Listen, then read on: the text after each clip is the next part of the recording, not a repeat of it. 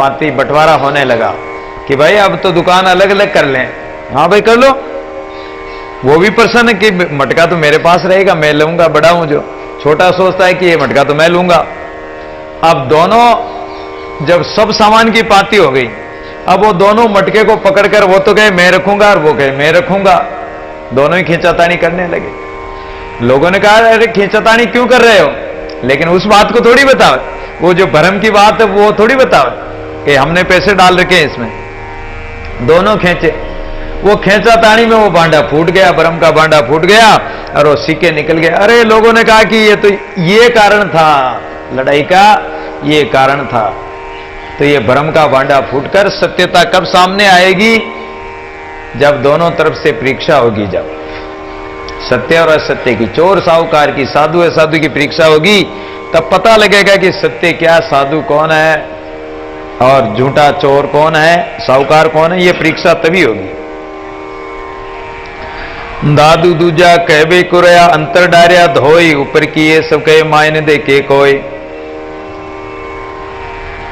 स्थूल शरीर, ये हमारा जो शरीर दिखाई देता है, इस स्थूल शरीर के द्वारा जो संत जन है, ब्रह्मवेता महापुरुष है, वो स्थूल शरीर के द्वारा भगवान का भजन करके और अपने आप को शरीर, स्थूल शरीर में रहते हुए भी वो इसमें उनकी आसक्ति नहीं होती।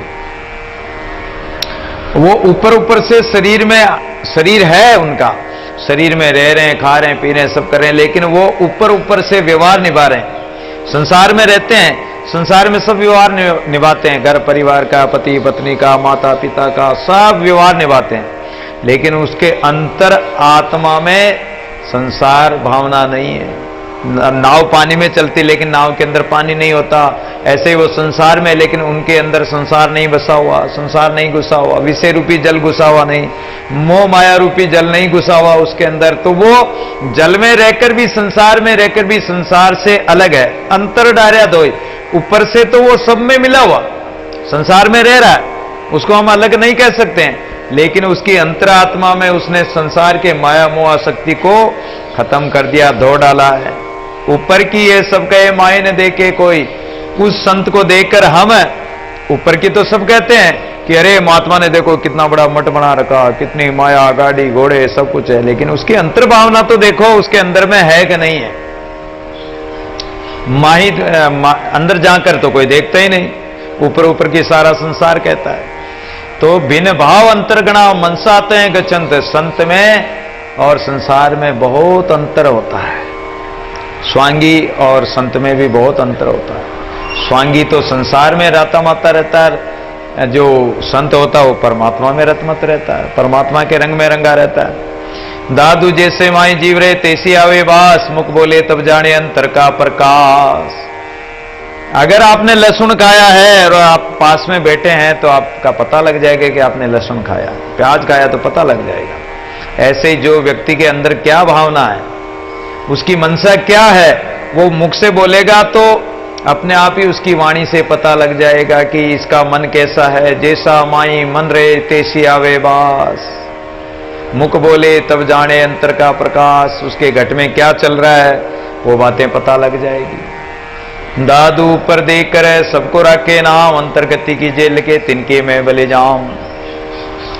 ऊपर के चिन्ह आदि देकर ये निर्णय नहीं करना चाहिए कि ये साधु है या असाधु।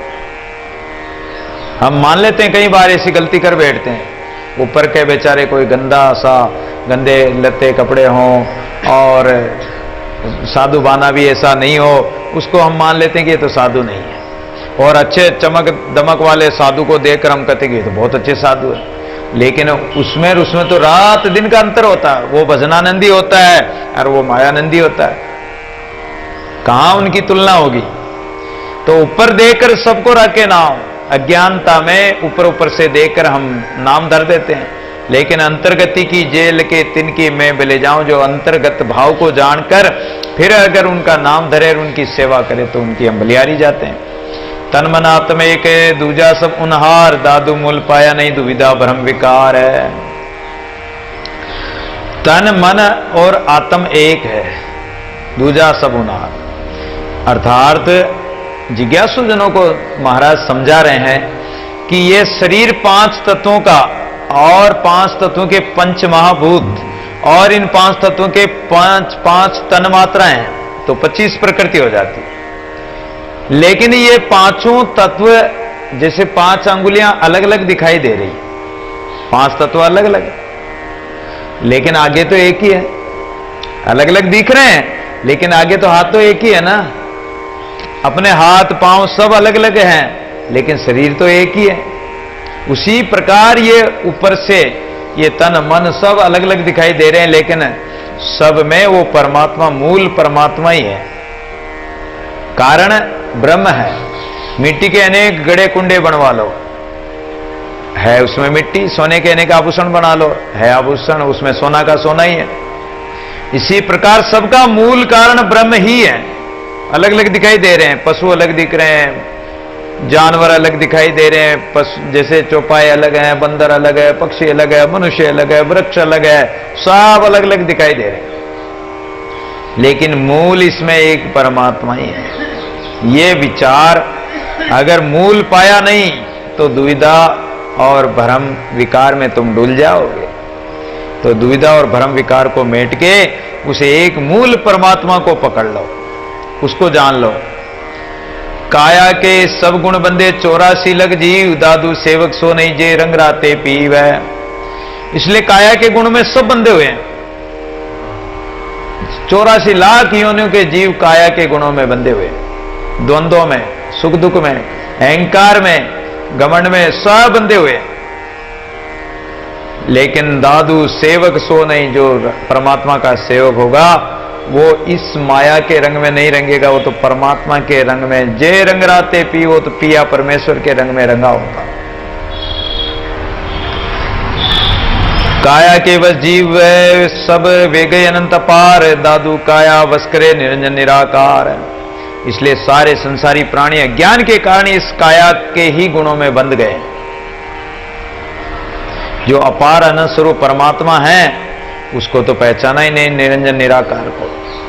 पूर्ण ब्रह्म विचारे तब सकल आत्मा एक, काया के गुण देखे तो नाना वर्ण अनेक है। अगर विचार किया जाए तो सब आत्मा में एक ही परमात्मा है। सकल आत्मा में, सब जीव आत्मा में, प्राणी मात्र में एक परमात्मा है। कैसे? आपके हाथ में माला हो, माला में आप देखो अनेक मणियां हैं, मणियां अलग अलग है, सब मणियां चाहे अलग अलग धातु सोना चांदी के मणियां बनाकर एक माला बना लो, सोना चांदी धातु, और कोई तुलसी की या बैजंती की या सीपी सूकरी, सब प्रकार के माला के मणियां इसमें एक माला बना लो। और उस माला को आपने किस में पोया? धागे में।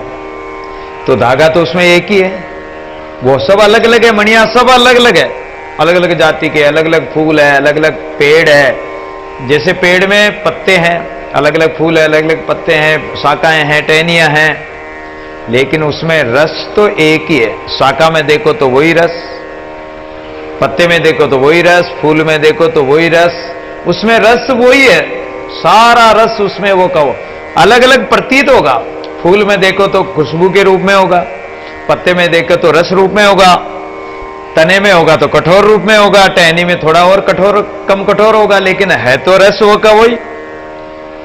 और एक साधारण उदाहरण से और समझ लो, अपने घरों में लाइटें होती, बाहर खंभों से तार बंधे हुए, उन तारों में करंट है। अपने घरों में लाइट तार आ रहे हैं तो यहां भी करंट है। अब घर में आकर एक बल्ब में तो उजाला कर रहा है, वही करंट, करंट तो वही है। पंखे में हवा दे रहा है, फ्रिज में ठंडा कर रहा है, किसी मशीन किसी जगह वो गरम हवा दे रहा है या गर्म हो रहा है, हीटर में गर्म हो रहा है। करंट तो वो का वही, शक्ति तो वो की वही। तो इसी प्रकार परमात्मा सब प्राणी मात्र में एक ही है, एक रस है, अखंड है, अविचल है, अमर है, और सब में वो एक ही है। सब माई वो एक ही मिला हुआ परमात्मा।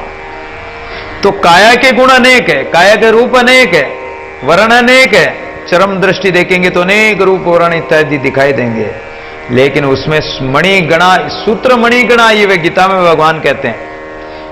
जैसे मणियों में सूत्र गुथा हुआ है, ऐसे परमात्मा गूंथा हुआ है। सकल आत्मा एक, विचार करके देखो तो सब में, सब आत्मा में वो एक परमात्मा समाया हुआ। काया के गुण देखे, अगर हम शरीरों को देखेंगे तो अलग अलग दिखाई देगा। कुत्ते में अलग दिखेगा, गाय में अलग दिखेगा, भैंस में अलग दिखेगा, मनुष्य में अलग दिखेगा, पशु पक्षियों में अलग दिखेगा, नाना वर्ण अनेक दिखेगा। और अगर आत्मा का विचार करके देखो तो सकल आत्मा में वो एक है, इसलिए वो सबका मालिक एक है। मति बुद्धि विवेक विचार बिन मानस पशु समान, समझाया समझे नहीं दादू परम ज्ञान है।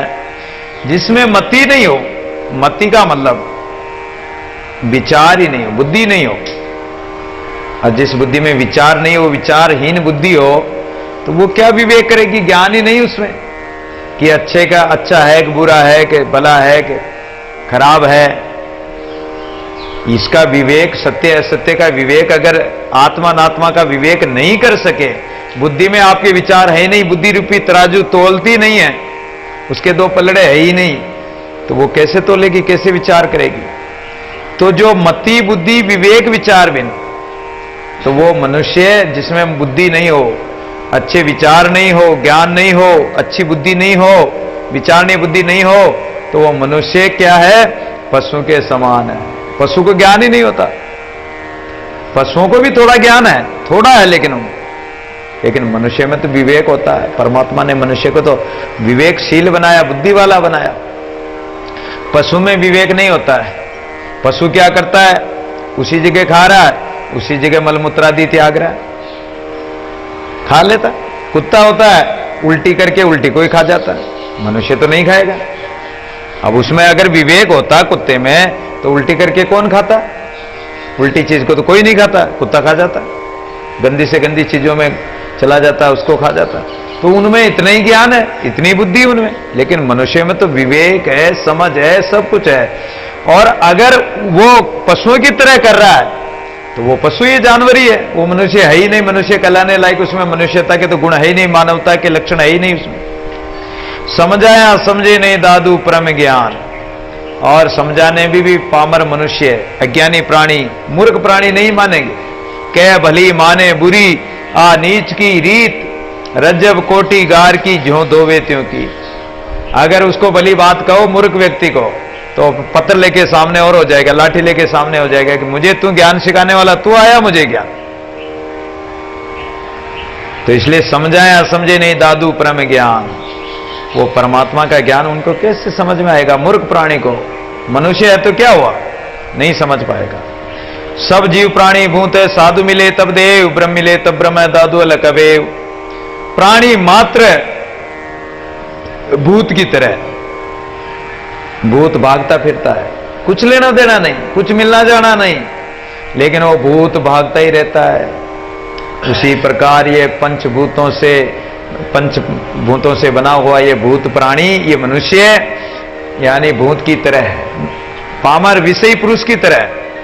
और साधु मिले तब देव, अगर संत मिल जाए, संत का मतलब ये नहीं होता कि केवल बानाधारी मिल जाए, उसका कोई महत्व नहीं होता। संत होता, साधु उसको कहते हैं कि जो साधना करता हो, साधता हो, हर चीज को, हर वस्तु व्यक्ति की परख जानता हो, हर व्यवहार को जानता हो, हर शास्त्र के ज्ञान को जानता हो, परमात्मा का भी ज्ञाता हो, ब्रह्मनिष्ठी ब्रह्म श्रोत्री हो, और समाज के व्यवहार को भी जानता हो, उसको साधु कहते हैं, उसको साधक कहते हैं, वो संत होता है।